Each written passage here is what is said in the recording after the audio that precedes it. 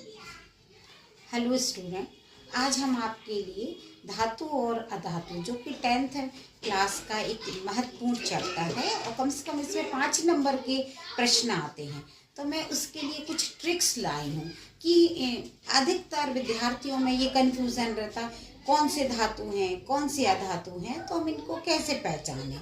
तो इसके लिए कुछ ट्रिक्स हैं जिनसे ये तो नहीं कहूँगी कि 100% सभी में ये ट्रिक्स लगेगी, पर कम से कम 20% अगर अपन अलग कर लो तो बाकी तो अपन को उसका लाभ मिलेगा।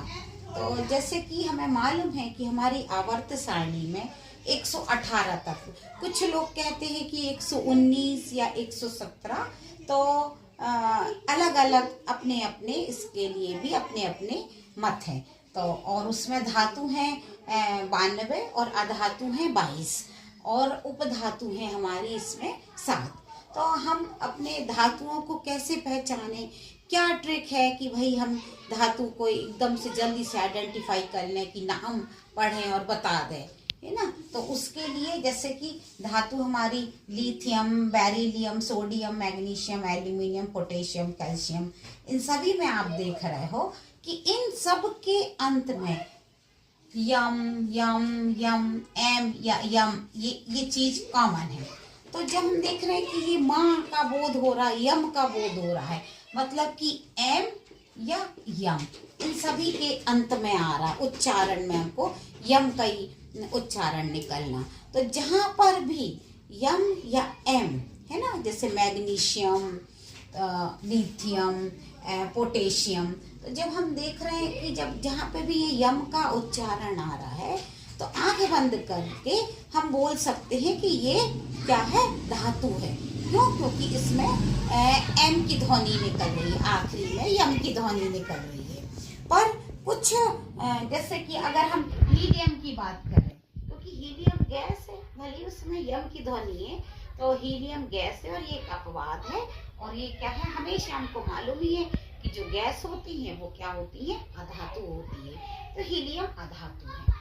इसी तरह यदि हम धातुओं में gold, silver, iron, copper, lead, इन सब की अगर हम बात करते हैं तो अब इनको हम कैसे कि गोल्ड को हम कह दें कि ये धातु है, या सिल्वर को या आयरन को ये धातु।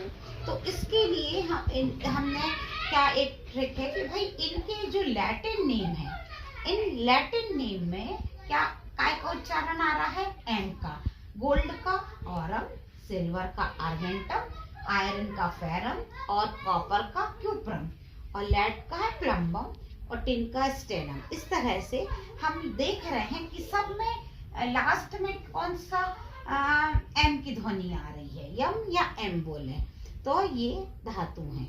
तो हम इनको अगर याद करने में इनके लैटिन नेम, तो इनको तो आप ये 15-20 अपने ऐसे याद हो सकते हैं, नहीं तो इनके लैटिन नेम से कि भाई ये इसलिए है, इनके लैटिन नेम में एम का उच्चारण आ रहा है।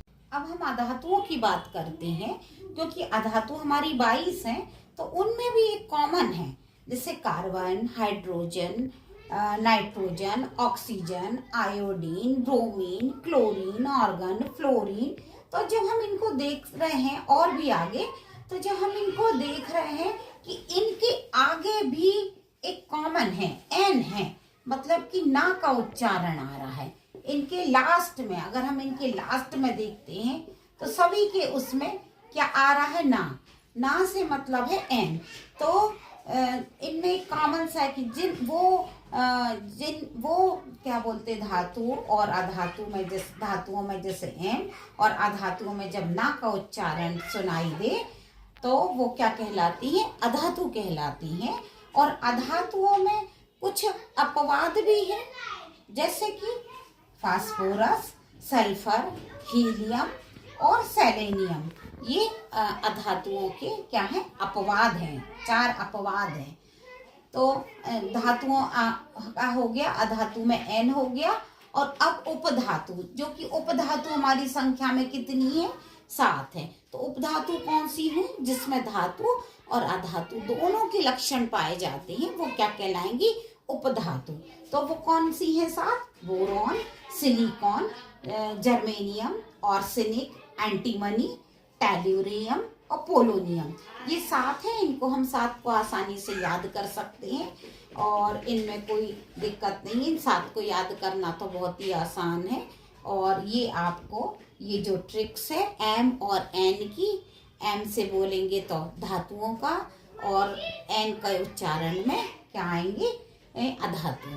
और जो गैस होती हैं वो हमेशा कैसी होती हैं, ये अधातु।